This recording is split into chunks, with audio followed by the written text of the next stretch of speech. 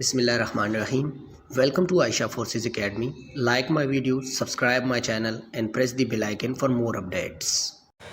बिस्मिल्लाहिर्रहमानिर्रहीम। तो अस्सलाम वालेकुम स्टूडेंट्स, उम्मीद करता हूँ आप सारी खैरियत से होंगे। तो आज हमारी वीडियो का जो टॉपिक है वो इंटेलिजेंस टेस्ट है पाकिस्तान नेवी का। चाहे ये नेवी एयरफोर्स सारे के इंटेलिजेंस सेम ही होता है, इसलिए तो ये इंटेलिजेंट टेस्ट है। आज इस वीडियो में जो है ना हम इस तमाम क्वेश्चन के जितने भी मेथड्स हैं, ये मुख्तलिफ़ किस्म के मेथड से ये आपके साथ शेयर करेंगे। लेकिन स्टूडेंट उससे पहले अगर आप हमारे चैनल पे नए तो काइंडली आप हमारी वीडियो को लाइक करें, चैनल को सब्सक्राइब करें, बेल आइकन को लाजमी दबाएं। अब यहाँ पे मैं आपको सबसे पहले बता दूँ, जब आप टाइम स्टार्ट करेंगे तो उसमें आपके पास जो है वो 18 मिनट होंगे और इसका जो टेस्ट पैटर्न है पूरा का पूरा हमने शेयर किया हुआ है। तो उस वीडियो का लिंक जो है वो डिस्क्रिप्शन में मौजूद है और इसी प्लेलिस्ट में भी मौजूद है, आप वॉच कर सकते हो। तो इसी तरह से आपके पास 18 मिनट का टाइम होगा और उससे मतलब आपका टाइम साथ साथ चलता रहेगा और आपने इस तरह से अपना टेस्ट देना है। तो चलिए सबसे पहले हम जो हमारा क्वेश्चन नंबर 1 है उसकी तरफ बढ़ते हैं। अब चाहे क्वेश्चन नंबर 1 में है कि what come next in the following series.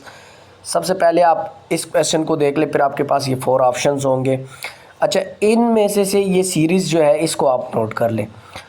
2 के बाद 6 आया हुआ है, 6 के बाद जो है 12, 12 के बाद 20 और 20 के बाद हमने फाइंड करना है कि यहाँ पे क्या आएगा।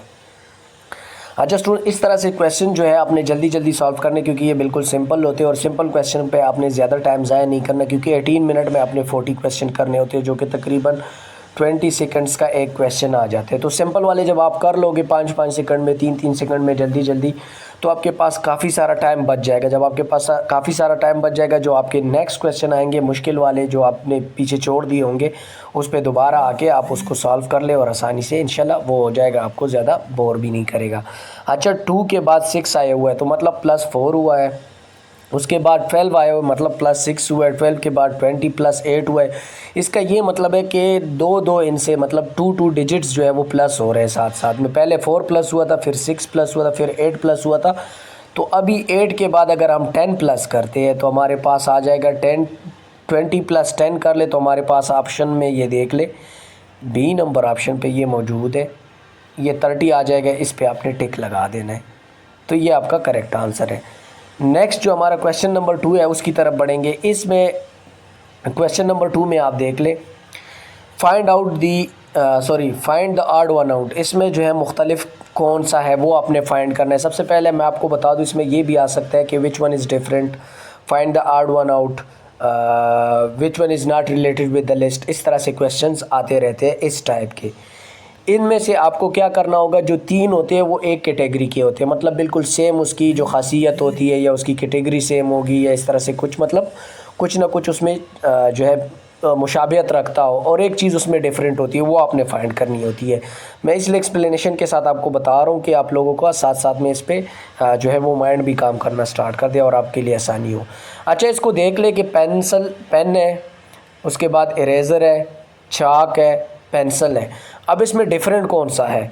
सिंपली सी बात है कि पेन से भी हम लिखते हैं, चाक से भी हम लिखते हैं, पेंसिल से भी हम लिखते हैं, लेकिन इरेज़र की जो खसूसियत है वो क्या है? मिटाना। तो ये 3 जो है ये लिखते हैं और ये एक इरेज़र जो है ये मिटाता है। तो आपका जो करेक्ट आंसर है वो यहाँ पे ये इरेज़र बन जाएगा और इस पर आपने टिक लगा देना है। ये आपका करेक्ट आंसर हो गया। नेक्स्ट जो क्वेश्चन नंबर 3 है उसकी तरफ बढ़ते हैं, लेकिन स्टूडेंट कोशिश करना है आपने वीडियो पूरी वॉच करनी है पूरी एक्सप्लेनेशन के साथ, ताकि आपको हर एक चीज़ की समझ आ सके। यहाँ पे क्वेश्चन नंबर 3 है हमारा। अच्छा, अब क्वेश्चन नंबर 3 सबसे मेन चीज़ है। मैं स्टूडेंट्स को यही कहता हूँ कि आप कोशिश करें कि जब भी आप टेस्ट के सामने बैठ जाते हो, क्योंकि ये जो कोडेड क्वेश्चन होते हैं ये थोड़े मुश्किल होते हैं। क्यों मुश्किल होते हैं? कोई ये होते हैं कि हमारे जो माइंड है वो इतना जल्दी इस पर फोकस नहीं करता कि यार इसके बाद क्या आएगा, ABC, क्योंकि अल्फ़ाबेट्स हमें आगे पीछे आसानी से नहीं आते। अगर आपको अल्फ़ाबेट्स A से Z तक और Z से A तक आते हैं तो फिर बंदे के लिए ज़्यादा मुश्किल नहीं होता, लेकिन वो भी डायरेक्ट आप पिक नहीं कर सकते हो। तो इसलिए आप कोशिश करें जब भी टेस्ट के सामने बैठ जाते हो तो आपने अल्फ़ा से लेके मतलब A से, सॉरी मैंने अल्फ़ा टू ज़ुल और ये पता नहीं आप लोगों को क्या बोल दिया, आपको ये समझ आएगी भी कि नहीं। आपने A से लेके Z तक और Z से लेके A तक ABC आपको आनी चाहिए। अगर नहीं आती तो जैसे ही आप टेस्ट के लिए बैठते हो आप A से लेके Z तक ABC लिखते हो, वो स्मॉल में लिखते हो या कैपिटल में, आपकी मर्ज़ी है लिख लो। सामने किसी भी चीज़ पे लिख दो। जब नेवी के टेस्ट के लिए बैठा जाता था तो वहाँ पे एक वाइट बोर्ड होता था, मार्कर होता था और इसके साथ डस्टर भी होता था, छोटा सा वाइट बोर्ड लगा होता था कंप्यूटर के सामने जिस पे आप रफ़ वर्क कर सकते हो। अभी होता है कि नहीं मुझे इसका इल्म नहीं है, लेकिन साल 2-3 पहले होता था।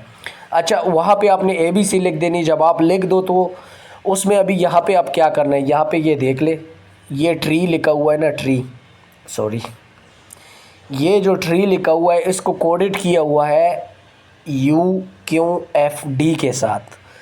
तो आपका हाउ इज़ लीफ रिटन, मतलब आपका जो लीफ है LEAF, ये किस तरह से लिखा जाएगा। अब इसको कैसे लिया गया यहाँ पे देख ले, T लिया गया है, T के बाद यहाँ पे U लिया गया है, T के बाद क्या आता है, TU ही आता है, मतलब एक अल्फ़ाबेट बाद में लिया गया। बाकी भी चेक करते हैं। R, तो R का क्या किया गया, PQR, मतलब R से पहले क्यों आता है, मतलब एक बाद वाला जो अल्फ़ाबेट लिया गया है, एक पीछे वाला अल्फ़ाबेट लिया गया। फिर E के बाद क्या किया गया, बाद वाला लिया गया, और D के बाद क्या किए, फिर बाद वाला लिया गया। मतलब जो दूसरा वाला है उससे पहला वाला लेना है, बाकी सब का एक एक बाद में लेना है। सही है। अब यहाँ पे देख ले, सॉरी, फिर D जो है उसके पीछे वाला लिया गया, मतलब एक बाद वाला लिया गया, एक पीछे वाला लिया गया। तो ये आपने किस तरह से करना है। अब यहाँ पे देख ले, लीव का हम यहाँ पे आ जाते हैं। इसलिए मैं कहता हूँ अगर आपने अल्फ़ाबेट्स लिखे हो ना A से Z तक, तो ये आप आसानी से फाइंड कर सकोगे। इस पे आपके 6 से 8 सेकंड से भी ज़्यादा टाइम नहीं लगेगा अगर आपने अल्फ़ाबेट्स लिखे हो। लेकिन अगर नहीं लिखे हो तो इस तरह से कन्फ्यूज़ होंगे। अब यहाँ पर देख ले, जो L है, L के बाद क्या आएगा हमारे पास आ जाएगा, तो यहाँ पे आपके L के बाद M आ जाएगा, जो यहाँ पे सारों में मौजूद है। अब यहाँ पे कन्फ्यूजन है कि यार इसमें तो सारों में है। अब यहाँ पे नेक्स्ट देख ले, E है, E के पीछे क्या आता है, मतलब D फिर E आता है ना, तो पिछला वाला हमने लेना है D इसमें मौजूद है, इसमें भी नहीं है, इसमें भी नहीं है, इसमें भी नहीं है। तो इस क्वेश्चन को आपने सिंपली इसी तरह से सॉल्व करना है, तो ये आपका आंसर हो जाएगा। क्यों? क्योंकि जो हमने पीछे वाला यहाँ पे अल्फ़ाबेट लेना है वो D आ गया, जो कि बाकियों में किसी में भी नहीं है और इसमें दूसरे नंबर पे मौजूद है। तो आगे हमें देखने की ज़रूरत ही नहीं है, हमें ये कंफर्म हो गया कि हमारा आंसर यही है, क्योंकि बाकी बिल्कुल डिफरेंट है। सही है। और अगर आप ओवरऑल करना चाहते हो तो इसी तरह से अब आप आगे जाए। उसके बाद जो है ED ली, अभी A के बाद जो है हमने क्या लेना है, यहाँ पे ये भी चीज़ है, मैंने थोड़ी कन्फ्यूज़न तो नहीं की। पहले का हमने बाद वाले में लिया, फिर अगले का E का हमने पीछे वाला लेना है, तो MD आ गया और A के बाद B आता है ना, तो यहाँ पे B होना चाहिए था। आई थिंक हम लिटिल बिट कंफ्यूज है।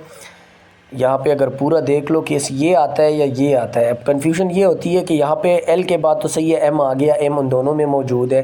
फिर E के पीछे वाला जो वर्ड्स है, अब PQR, हाँ बिल्कुल पीछे वाला वर्ड्स जो है DED आएगा, तो D यहाँ पे ऊपर वाले में मौजूद है। फिर A के बाद B आना चाहिए, जो यहाँ पे इन्होंने E लिखा हुआ है पहले वाले में, और तीसरे में जो है वो B मौजूद है, और लास्ट वाले में FG। तो यहाँ पे ये सही है, लेकिन यहाँ पे ये क्वेश्चन में मिस्टेक हो सकती है, मे बी, या मैं भी गलत हूँ। तो ये आप थोड़ा सा ख़ुद से सॉल्व करके आप मुझे कमेंट सेक्शन में इसका बता भी दें कि इसमें ये वाला ग्रुप आएगा, ये दूसरा वाला ग्रुप आएगा। जो अब यहाँ पे कन्फ्यूजन हो रही है, ये A के बाद B आना चाहिए, इन लोगों ने F लिखा हुआ है, तो यहाँ पे इसमें कन्फ्यूजन है। लेकिन यहाँ पे फिर E के बाद जो है E के पीछे वाला D आना चाहिए, इन्होंने F लिखा हुआ है। तो ये आप जो है कमेंट सेक्शन में लाजमी बता दिए कि इसमें कौन सा आंसर आता है। तो चलिए अपने नेक्स्ट क्वेश्चन जो हमारा है उसकी तरफ बढ़ेंगे। क्वेश्चन नंबर 4 है हमारा यहाँ पे। अब ये वाले जो क्वेश्चंस है, अगर आपने फिर भी ABC लिखी हुई है तो आपके लिए ये भी आसान होगा, क्योंकि आप डायरेक्ट वहाँ पे जाके उसके साथ 2 ज़रफ़ कर ले, गिन ले कि ABCDE जितने भी नंबर पे आते हैं। अब A को 2 के साथ, B 4, C 6, D जो है वो 8, और D के बाद E आता है, तो E = 10। मतलब 2 वर्ड्स जो है वो अल्फ़ाबेट्स के साथ लिए गए हैं। टोटल 26 अल्फ़ाबेट्स है, तो उसका टोटल जो आएगा लार्ज Z का जो है वो 52 आएगा, क्योंकि 26 52 हो जाएगा, वो 52 आएगा। तो यहाँ पे हमें सिर्फ E का चाहिए, तो E का हमारे पास आ जाएगा 10, क्योंकि A का 2, B का 4, C का 6 और D का 8, और E का जो आपका आ जाएगा 10, इसी तरह से। अच्छा, नेक्स्ट जो हमारा क्वेश्चन नंबर 5 है उसकी तरफ बढ़ते हैं, लेकिन कोशिश करनी है वीडियो पूरी वॉच करनी है। क्वेश्चन नंबर 5 में देख ले कि what will come next in the following series. हमेशा मैं आपको कहता हूँ कि ये सीरीज़ वाले बिल्कुल सिंपल होते हैं अगर आप इस पर प्रैक्टिस ज़्यादा करते हो। 5 के बाद 10 आया हुआ है, 10 के बाद 17, 17 के बाद 26। अब इसके साथ क्या किया गया है, 5 को प्लस कर दे 10 आ जाएगा, फिर 7 प्लस कर दे 17, फिर 9 प्लस कर दे 29। मतलब ये है कि 2 वर्ड्स फिर से ऐड हो रहे हैं। अब 9 के बाद अगर 11 प्लस करते तो आपके पास क्या आ जाएगा, 37 आ जाएगा। 37 आपका कहाँ पे मौजूद है, ये आपके देख लें, ये आपका 37 आ जाएगा, इसको आप टेक कर लें, ये आपका करेक्ट आंसर हो जाएगा। उम्मीद करता हूँ स्टूडेंट आपको वीडियो अच्छी लगी हो। अगर अच्छी लगी वीडियो को लाइक करें, चैनल को सब्सक्राइब करो, बेल आइकन को लाजमी दबाइए। तो चलिए अपने नेक्स्ट क्वेश्चन की तरफ बढ़ते हैं। अच्छा, यहाँ पे अब स्टूडेंट्स देख ले क्वेश्चन नंबर 6 जो है, if cat is coded as DBU, what is dog coded as. पिछले क्वेश्चन की तरह ही है, बिल्कुल सिंपल सा क्वेश्चन है। इसका साथ क्या किया गया, सी को देख ले, इसके साथ कंपेयर कर ले। सी के बाद डी आता है तो यहाँ पे डी लिया गया है, ए के बाद जो है बी आता है, यहाँ पे बी लिया गया है, और टी के बाद यू आता है तो यहाँ पे यू लिया गया। मतलब ये बिल्कुल सिंपल ही है, इसमें ज़्यादा कन्फ्यूजन वाली बात नहीं है। तो अब डॉग को देख ले, डी के बाद ई आएगा, ई इसमें भी मौजूद है और इसमें भी मौजूद है, तो इन दोनों पे आ जाते हैं। ओ के बाद पी आएगा, जो कि पी इसमें भी मौजूद है और इसमें भी मौजूद है। अब जी के बाद जो है एच आएगा, लेकिन इसमें एफ है, ये तो नहीं है आपका, और एस में एच मौजूद है, तो ये आपका करेक्ट आंसर हो गया। इस वाले ऑप्शन को देख ले, EPH, ये आपका करेक्ट आंसर होगा। इसी तरह से स्टूडेंट्स नेक्स्ट जो हमारा क्वेश्चन नंबर 7 है, चलिए आ जाए उसकी तरफ बढ़ते हैं। क्वेश्चन नंबर 7 को देख ले, विच of these is least like the others. जिस तरह से मैंने आपको बोला था, इस क्वेश्चन को मुख्तलिफ कैटेगरीज में वो लेके आते कि which one is different, which one is not from the rest, which one is not belong to the list, इस तरह से। अब यहाँ पे क्या लिखा, which of these is least like the others, कि जो बाकियों से कमज़ोर कौन सा है, मतलब इसमें छोटा कौन सा है या कमज़ोर कौन सा है, अदर कैटेगरी वाली कौन सी है, इसका ये मतलब होता है। अब यहाँ पे देख ले, इसमें फुटबॉल है, वॉलीबॉल है, हॉकी है और सुसर है। मतलब फ़ुटबॉल है यार, इस वाले लफ्ज़ को जो है प्रोनाउंसिएशन में थोड़ा मसला हो जाता है, आई एम सॉरी। अब यहाँ पे देख ले, ये फुटबॉल हो गया, वॉलीबॉल हो गया, मतलब ये तीनों जो है इसमें बड़े बाल होते हैं। मतलब आप ग्राउंड में, ये भी खैर ग्राउंड में ही खेली जाती है हॉकी, लेकिन इसमें ये तीनों जो है एक जैसे बॉल है, मतलब एक ही बॉल इसमें, मतलब बड़ा वाला बॉल यूज़ होता है, और इसमें हॉकी भी साथ में यूज़ होती है। हॉकी में छोटा बॉल होता है और हॉकी में साथ भी यूज़ में होती है। तो आई थिंक मेरे ख्याल से इसका जो करेक्ट आंसर बनेगा, ये सब में डिफरेंट है। बाकी सुसर और फुटबॉल तो एक ही चीज़ है, वॉलीबॉल भी मतलब बॉल से ही खेली जाती है, बड़ी बॉल से। और ये आई थिंक ये वाला जो इसका है कैटेगरी, ये इसमें तीनों में चेंज आती है, तो ये इसका करेक्ट आंसर बनेगा। मज़ीद अगर आज में आपको इसमें और भी चेंजिंग कुछ लग रही है तो आप मेरे साथ शेयर कर सकते हो, वो कोई इशू नहीं है, क्योंकि बाज़ औक़ात मैं भी गलत हो सकता हूँ, मैं भी इंसान हूँ, गलती मुझसे हो सकती है। तो चलिए नेक्स्ट जो हमारा क्वेश्चन नंबर 8 है उसकी तरफ बढ़ते हैं। I am sorry. अच्छा, क्वेश्चन नंबर 8 में है, what is the missing number in the sequence. ये भी उसी तरह से क्वेश्चन है कि what will come next in the following series. ये जो सीरीज़ चल रही है इसमें नेक्स्ट क्या आएगा, बिल्कुल उसी तरह से ही क्वेश्चन है। जस्ट इसको क्या किया, what is the missing number in the sequence, के ये जो सीक्वेंस चल रहा है इसमें जो ये मिसिंग नंबर है लास्ट वाला, ये क्या होगा और ये क्या है। अच्छा, यहाँ पे देख ले, पहले 1 है, 4, 9, 16, इसके साथ क्या किया गया, सिंपली अगर आप 3 प्लस करते हो 4 आ जाएगा, फिर 6 प्लस करते हो 9 आ जाएगा, 6 के बाद आप 7 प्लस करते हो तो 16 आ जाएगा। आई थिंक यहाँ पे ये वाला क्वेश्चन हमारा रॉन्ग है, इसी मेथड से नहीं हुआ है। फिर हम दूसरी मेथड से देख लेते हैं कि 1 का अगर हम 1 के साथ 8 प्लस, नहीं, इसी तरह से भी नहीं हुआ है। इस क्वेश्चन पे थोड़ा गौर करें। अब मेरी भी आदत है, मैं डायरेक्ट क्वेश्चन ले लेता हूँ, उस पर ख़ुद भी देखता नहीं हूँ, डायरेक्ट आके यहाँ पे वीडियो में स्टार्ट हो जाता हूँ, तो इसलिए कभी कभार एक आधे क्वेश्चन में मुझे भी थोड़ी कन्फ्यूजन होती है। अच्छा, यहाँ पे देख ले कि अगर हम एक 3 प्लस किया है, फिर 5 प्लस किया है 5, अच्छा ठीक है, आई एम सॉरी, सिंपल ही है, वैसे ही कंफ्यूज हो गए। पहले हमने 3 प्लस किया हुआ है तो 4 आ गया, उसके बाद अगर हम प्लस करते हैं 5, 3 प्लस किया फिर 5 प्लस किया तो 9 आ जाएगा, और 5 के बाद अगर हम 7 प्लस करते हैं तो 16 आ जाएगा। 7 के बाद अगर हम 9 प्लस के, उसी तरह से ही क्वेश्चन है 2 प्लस हुआ है। अगर 7 के बाद हम 9 प्लस करते हैं तो हमारे पास आ जाएगा 24, नहीं कितना आता है 7 प्लस हुआ 16, 9 प्लस होगा तो हमारे पास आ जाएगा 25। आई एम सॉरी यार फॉर कन्फ्यूजन, इस क्वेश्चन में मैं थोड़ा कंफ्यूज हो गया, तो इसके लिए माजरत। तो ये जो 25 आंसर है आपके पास, ये आपका करेक्ट आंसर हो जाएगा। मज़ीद आप इसको फिर भी थोड़ा गौर से देख ले, मैं भी कहीं पे मैं रहा हूँ, लेकिन ये वाला इसका करेक्ट आंसर बनता है। अच्छा, नेक्स्ट जो क्वेश्चन है, क्वेश्चन नंबर 9, इसको देख ले। ये उसी तरह से ही है कि इसमें कौन सा जो है वो डिफरेंट है। तो इसका जो आंसर है क्वेश्चन नंबर 9 का, ये मैं आपको नहीं बताऊंगा। इसका जो आपने ख़ुद बताना है, ईगल, हॉक, क्रो और शार्क, इसमें डिफरेंट कौन सा है वो आपने ख़ुद कमेंट सेक्शन में मुझे बताना है कि क्वेश्चन नंबर 9, और आपने जो है इनमें से लिख देना है जो डिफरेंट हो, ईगल, हॉक, शार्क या क्राउ, जो है जो डिफरेंट हो वो आपने वो लिख देना है कमेंट सेक्शन में। नेक्स्ट जो क्वेश्चन नंबर 10 है, इसकी तरफ बढ़ते हैं। अच्छा, क्वेश्चन नंबर 10 फिर से कोडेड क्वेश्चन है, जो कि ये वाला थोड़ा डिफ़िकल्ट हो जाता है अगर आपके पास अल्फ़ाबेट्स नहीं लिखे गए हो, लेकिन कोशिश करनी है अल्फ़ाबेट्स आपने लिखनी है। और इस तरह से कि जो क्वेश्चंस है मैंने आपको काफ़ी सारे की भी है, मैं 2-3 मैंने इस वीडियो में जो है वो कवर की है और आपके साथ अभी यहाँ पे ये फिर से मैं को शेयर कर रहा हूँ। लेकिन अब मैं सोच रहा हूँ कि ये आपसे करवाऊँ। अगर मैं इसको एक्सप्लेन करूँगा तो मेरे लिए भी थोड़ी वीडियो भी लंबी हो जाएगी और आप लोगों की प्रैक्टिस भी नहीं होगी।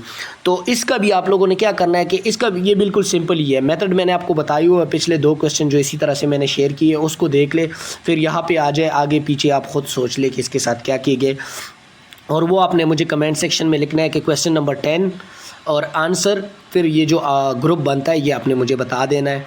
फिर उसके बाद जो है मैं आपको कमेंट सेक्शन में, आपको पता है मैं सबको कमेंट करता हूँ कि आपका आंसर रॉन्ग है, ठीक है, या जो भी है, जो भी होता है, मैं हर कमेंट पे जो है रिप्लाई लाजमी करता हूँ इंशाल्लाह, अगर मेरे पास टाइम हो।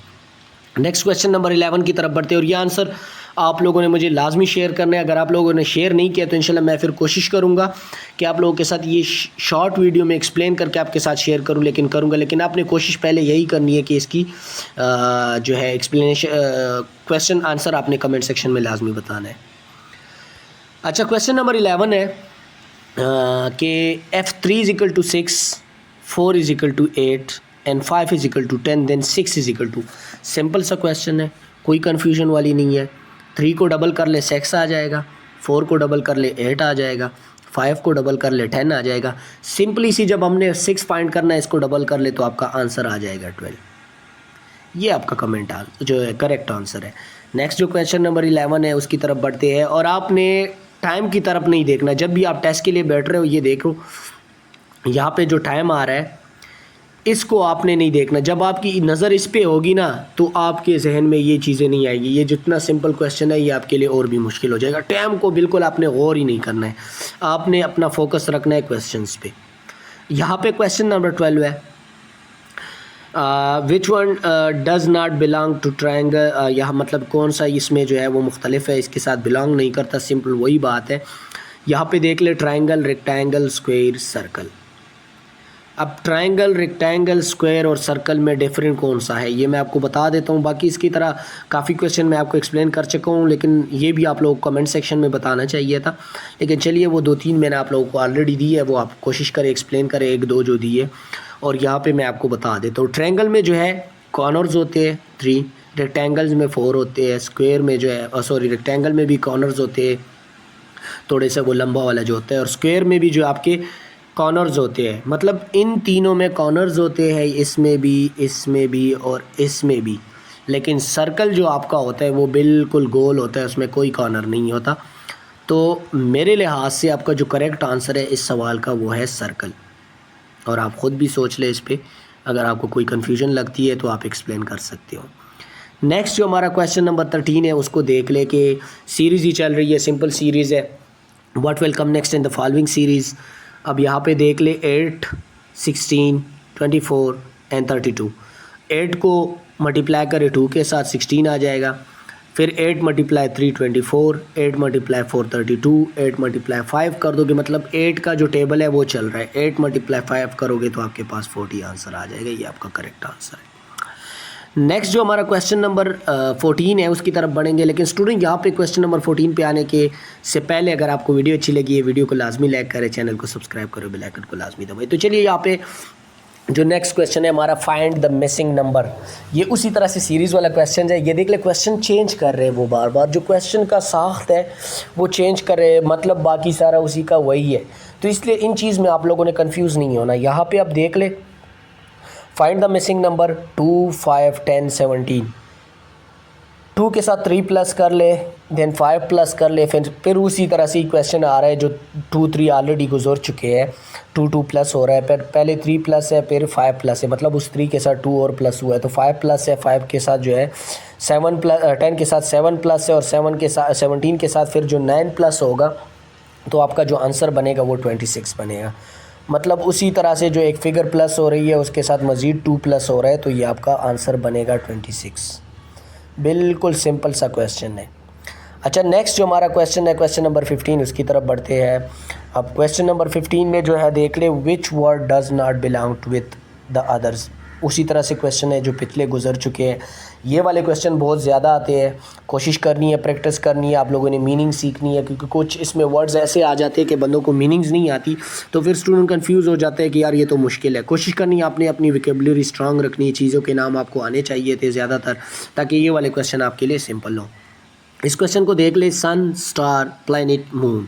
अब सन, स्टार, मून, ये तो बिल्कुल तीनों एक चीज़ें हैं। अब इन तीनों को जो है प्लैनेट भी कहा जाता है, वो तो अलग चीज़ है, लेकिन इसमें प्लैनेट जो है सियारा वो मुख्तलिफ है। अब सन जो है सूरज है, स्टार सितारे, मून चाँद, मतलब तीनों जो है आसमान में पाए जाते हैं। प्लैनेट भी आसमान में ही पाया जाता है, लेकिन आप ज़मीन को भी प्लैनेट कहा जाता है। मतलब प्लैनेट बहुत सारे होते हैं, ये बाकी जो है मुख्तस चीज़ें हैं, मतलब गिने चुने हैं। प्लैनेट तो जो है आर्टिफिशियल प्लैनेट्स भी होते हैं जो इंसान बनाते हैं, जो ऊपर भेजते हैं खिला में, मेट्रोलॉजी वाले हो गए, जो वेदर वाले होते हैं, मुख्तलिफ़ किस्म के और भी होते हैं। तो प्लैनेट्स इसमें जो है वो डिफरेंस है, और ये आपका करेक्ट आंसर है। नेक्स्ट क्वेश्चन नंबर 16 है हमारा, उसके यहाँ पे देख ले कि बिल्कुल इसी तरह से कि इसमें मुख्तलिफ कौन सा है।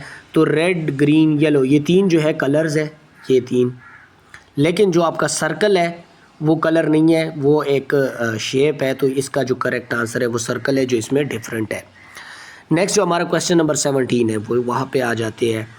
अब क्वेश्चन नंबर 17 में, in a code language mouse is written is OQWUG, और how would house be written. जो हाउस है वो किस तरह से लिखा जाएगा अगर हम माउस लिखते हैं कोडेड वर्ड में, इस तरह से कि OQWUG। अब माउस के बाद MO, और यहाँ पे फिर क्यों लिखा गया है, अब इसको उसी तरह से एक्सप्लेन करेंगे। लेकिन अब इस क्वेश्चन को मैं ख़ुद एक्सप्लेन करूँगा आप लोगों के साथ, ताकि वो पिछला वाला भी आप लोगों के लिए आसान हो जाए, और बाकी इस तरह से अगर कोई क्वेश्चन आते हैं वो भी आपके लिए आसान हो जाए। लेकिन इसके लिए मैं क्या करूँगा, आप लोगों के साथ शेयर करूँगा क्या, एक अल्फ़ाबेट्स वाला जो है एक पिक्चर, जो वहाँ से जो हम आसानी से इसको निकालते रहेंगे। तो चलिए बढ़ते हैं उस पिक्चर की तरफ। अच्छा स्टूडेंट, यहाँ पे देख ले कि M के बाद M की जगह जो है इन्होंने, ये आप देख सकते हो M की जगह नीचे लिया गया है O। तो इसको हम कैसे कंपेयर करेंगे, यहाँ पे ABC में आ जाए। M यहाँ पे देख ले कहाँ पे मौजूद है, ये M हो गया, N छोड़ के O आया हुआ है, मतलब एक वर्ड छोड़ के, एक लेटर छोड़ के दूसरा आया हुआ है। अब यहाँ पे आ जाए वापस, ये थोड़ा मुश्किल हो जाएगा, लेकिन जल्दी जल्दी इसको समझ के हो जाएगा। फिर MO है, O के जगह यहाँ पे क्यों लिया गया है, तो क्यों यहाँ पे देख ले, यहाँ पे ये क्यों मौजूद है। क्या लिया गया था, MO के बाद जो है क्यों लिया गया, तो मतलब P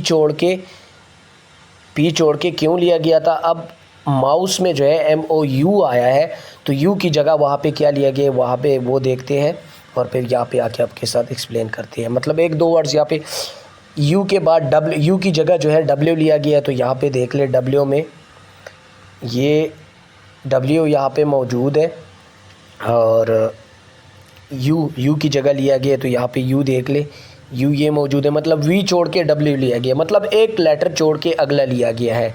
तो इसी तरह से नेक्स्ट में भी हम यही करेंगे, बिल्कुल सेम इसी तरह से। तो ये बिल्कुल सिंपल सा क्वेश्चन है, परेशानी वाली इसमें कोई बात नहीं। अब यहाँ पे देख ले, जो माउस फिर S के बाद जो है T छोड़ के U लिया गया है, E के बाद F छोड़ के G लिया गया है। तो H अभी इसी तरह से यहाँ पे इस क्वेश्चन में हमने आ जाना है। H की जगह जो है I छोड़ के J लिया जाएगा, जो कि इसमें भी मौजूद है और इसमें भी मौजूद है। अब दोनों पे, ये बाकी दो तो हमारे नहीं हो सकते, क्योंकि वहाँ पे हमारे जो पहला लेटर है वो ही रॉन्ग है, तो वो कैसे आंसर हो सकता है।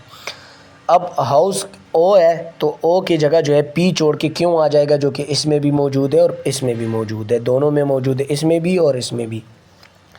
अब क्यों के बाद जो यहाँ पे देख ले यू है, यहाँ पे डब्ल्यू मौजूद है, यहाँ पे भी मौजूद है। ये क्वेश्चन पूरा एक्सप्लेन करना होगा। अब एस के बाद जो है टी छोड़ के एस टी यू छोड़ के तो वी आएगा। यहाँ पे वी मौजूद है लेकिन यहाँ पे वी मौजूद नहीं है, तो इसका ये मतलब है कि ये रॉन्ग है। हमारा ये पहला वाला ऑप्शन जो है ये करेक्ट है, ये आपका आंसर है। तो इसीलिए स्टूडेंट मैं आपको हमेशा कहता हूँ कि अल्फ़ाबेट अपने पास लिखा करें, तो ये आपको बिल्कुल इजीली समझ आ जाएंगे अगर आपने वहाँ पे लिखे हुए। और बाकी जितने भी इसी तरह से कोडेड वाले क्वेश्चंस हैं अल्फ़ाबेट्स वाले, वो आपने इसी मेथड से सॉल्व करने हैं। तो चलिए अपने क्वेश्चन नंबर 18 की तरफ बढ़ते हैं। अच्छा, क्वेश्चन नंबर 18 तो बिल्कुल उसी तरह से फिर से जो है क्या नाम है, कोडेड वाला आ गया है। तो अब कोडेड में देख ले, ट्री को कंपेयर किया UUFI के साथ, 4 लेटर्स है, 4 लेटर्स है, दोनों सेम ही है। अब लीफ को हमने कैसे कंपेयर करना, लेकिन पहले ट्री को आप समझ लें कि उसको कैसे किया हुआ है। TU, उसके बाद U आया है, फिर R। अब यहाँ पे देख ले PQRSTU, वो बहुत दूर आता है, यहाँ पे हम अब समझ लेते हैं। यहाँ से जो फिगर मौजूद है, R कहाँ पे मौजूद है, ये, और इसकी जगह भी U लिया गया है। मतलब वहाँ पे T के बाद डायरेक्ट U लिया गया था, अब 1-2 लेटर छोड़ के फिर U लिया गया है। ये समझ आ गई है। नेक्स्ट के चले यहाँ पे हम आ जाते हैं। नेक्स्ट के साथ क्या किया गया है, E डायरेक्ट F लिया गया और फिर E के बाद I लिया गया। अब E के बाद I कितने, मतलब 2 लेटर शायद छोड़े होंगे जो पिछली के साथ किया गया है। अब ये छोड़ देख ले, EFGHI 3 छोड़े गए हैं। पहले 1 लिया है, फिर उसके पहले देख ले T था, उसके बाद डायरेक्ट U लिया गया था, समझ आ गई। फिर उसके बाद जो है R था, सही है, 2 लेटर छोड़ के ST छोड़ के फिर U लिया गया था, सही है। फिर इसके बाद जो है वो E था, E के बाद डायरेक्ट F लिया गया था। फिर उसके बाद E है तो फिर 3 लेटर छोड़ के I लिया गया। इसी तरह से हमने नीचे वाले के साथ भी करना है। अब नीचे वाले के साथ यही कंपेयरिंग करेंगे। तो पहले L है,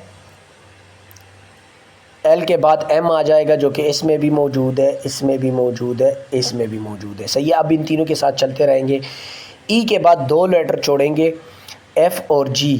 तो F और G छोड़ेंगे तो हमारी बारी आ जाएगी किस चीज़ की, EFGH की आ जाएगी ना। अब यहाँ पे देख ले, यहाँ पे आके देखेंगे क्योंकि बाद में औकात बंदा कंफ्यूज हो जाए। EFG, F और G हम छोड़ेंगे तो हमारे पास H आ जाएगा। H आएगा हमारे पास, तो यहाँ पे देख ले कौन से वाले में चलेंगे हम, 18 नंबर। ये पहले इसमें भी M मौजूद था, सॉरी ये भी कंफ्यूज कर देता है। अब EF किसके पास मौजूद है, इसमें भी नहीं है, इसमें भी नहीं है और इसमें भी नहीं है। यहाँ पे